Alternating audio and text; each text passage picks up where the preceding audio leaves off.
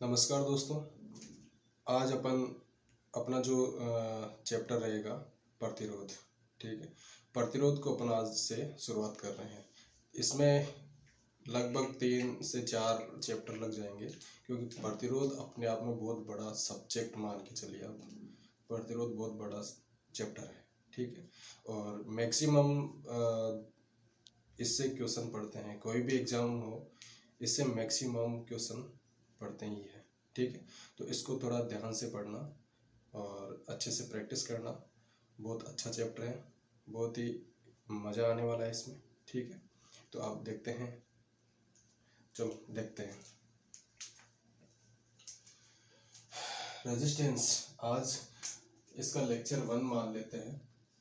Resistance का lecture 1 से अपन शुरुआत करते हैं, ठीक है। तो आज थोड़ा सा इसके बारे में जान लेते हैं कि अपन पढ़ने वाले क्या क्या है इसमें। तो पहले तो अपन इसकी परिभाषा, डेफिनेशन पढ़ेंगे, फिर इसकी यूनिट जानेंगे, यूनिट क्या होती है।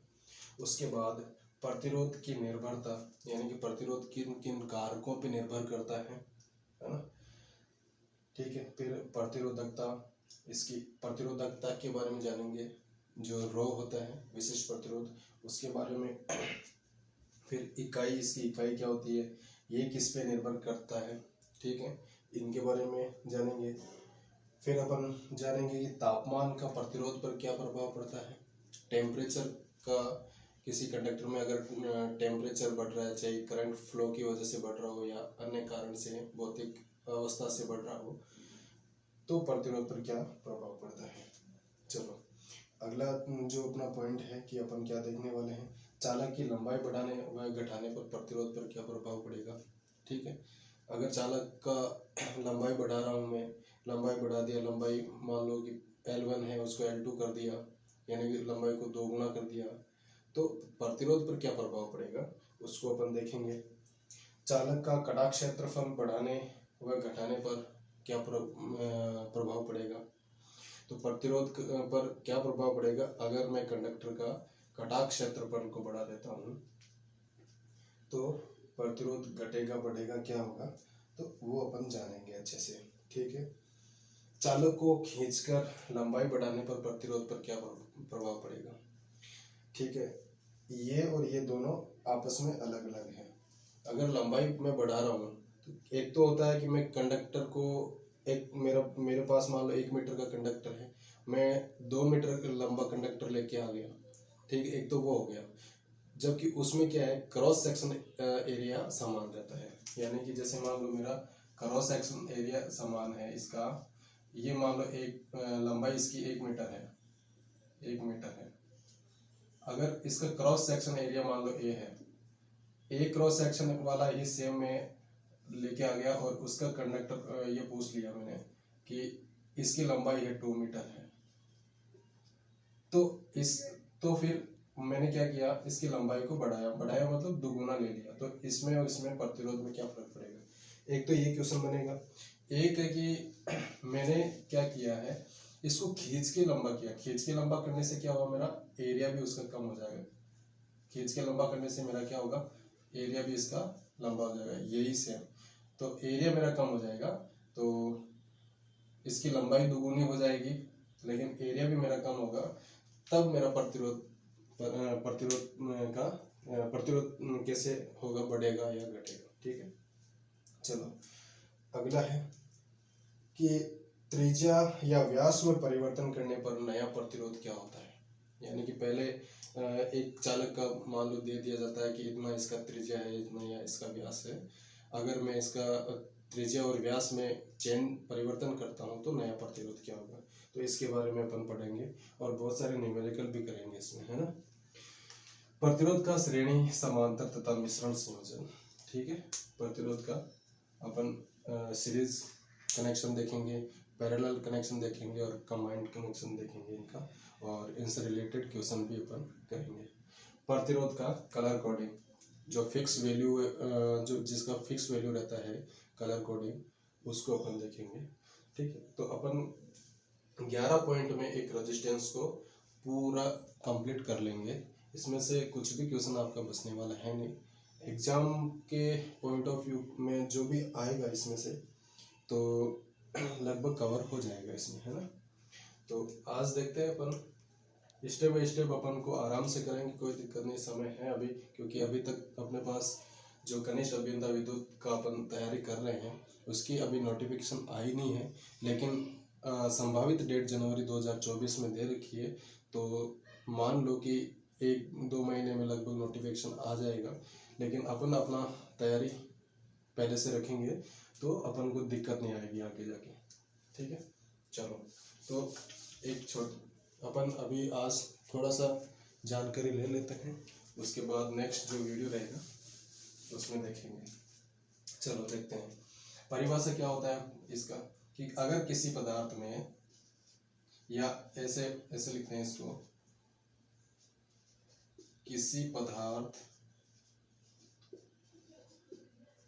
का वह गुण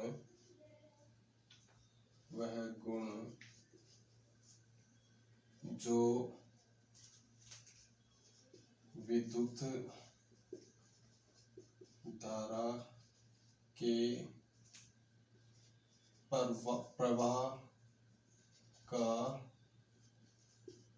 विरोध करता है, प्रतिरोध कहलाता है।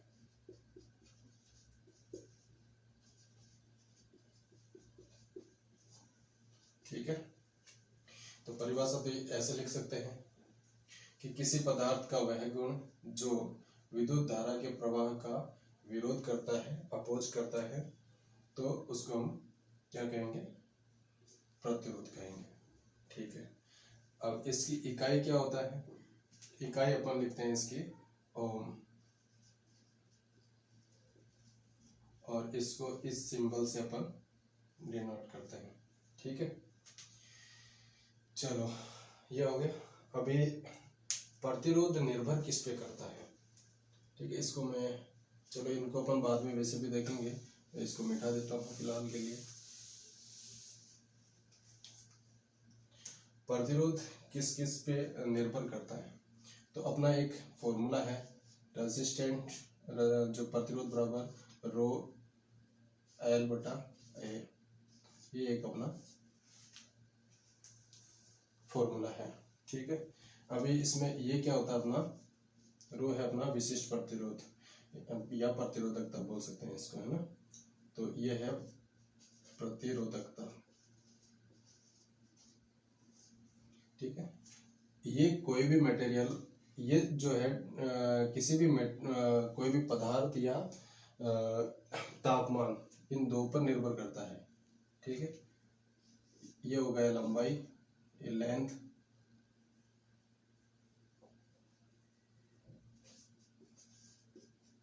अपना हिंदी में चल रहा था, हिंदी में लिखेंगे, ये हो गया लंबाई, और ये हो गया अपना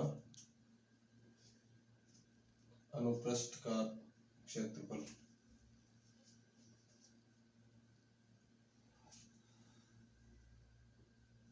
यह कटाक्ष क्षेत्रफल बोल सकते हैं, चालक का कटाक्ष क्षेत्रफल। ठीक है, लंबाई किस में होती है, मीटर में, कटाक्ष क्षेत्रफल होता है मीटर स्क्वायर में।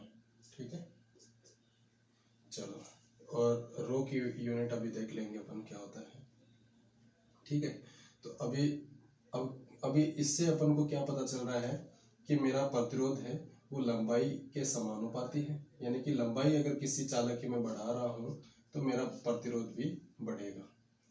अगर मैं किसी का कटाक्ष क्षेत्रफल किसी कंडक्टर बढ़ा रहा हूं तो मेरा रेजिस्टेंस कम होगा, यानी कि मेरा जो प्रतिरोध है वो लंबाई के क्या होगा, लंबाई के तो समानुपाती होगा। ठीक है, और मेरा प्रतिरोध जो है वो कटाक्ष क्षेत्रफल के व्युत्क्रमानुपाती होगा, यानी कि मेरा चालक ये कटाक्ष क्षेत्रफल अगर बढ़ाऊंगा तो प्रतिरोध उसका घट जाता है। ठीक है, इसको अपन आगे अच्छे से पढ़ेंगे। तो और इसका ये जो डिपेंड करता है वो किस पे करता है, पदार्थ के प्रकार प्रकार से समझते हो कि वो एल्यूमिनियम का है या कॉपर का है, सिल्वर का, उस पे। और दूसरा तापमान। ठीक है, तो अभी ये जो रेजिस्टेंस है वो समानुपाती रो होता है। तो प्रतिरोध किस किस पे डिपेंड हो गया? आपकी लंबाई पे, कटा क्षेत्रफल पे, पदार्थ के प्रकार पे और तापमान पे। तो रेजिस्टेंस डिपेंड कर रहा है ये 3-4 पॉइंट पे, और जो रो है वो 2 पॉइंट पे डिपेंड करता है, पर जो अपना पदार्थ के प्रकार और तापमान पे।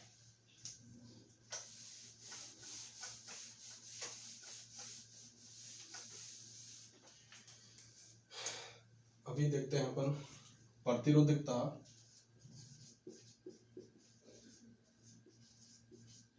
प्रतिरोधकता की इकाई क्या होती है? तो अपन ने देखा था R बराबर रो L अपॉन A। ठीक है, अभी इसको अपन ये करेंगे,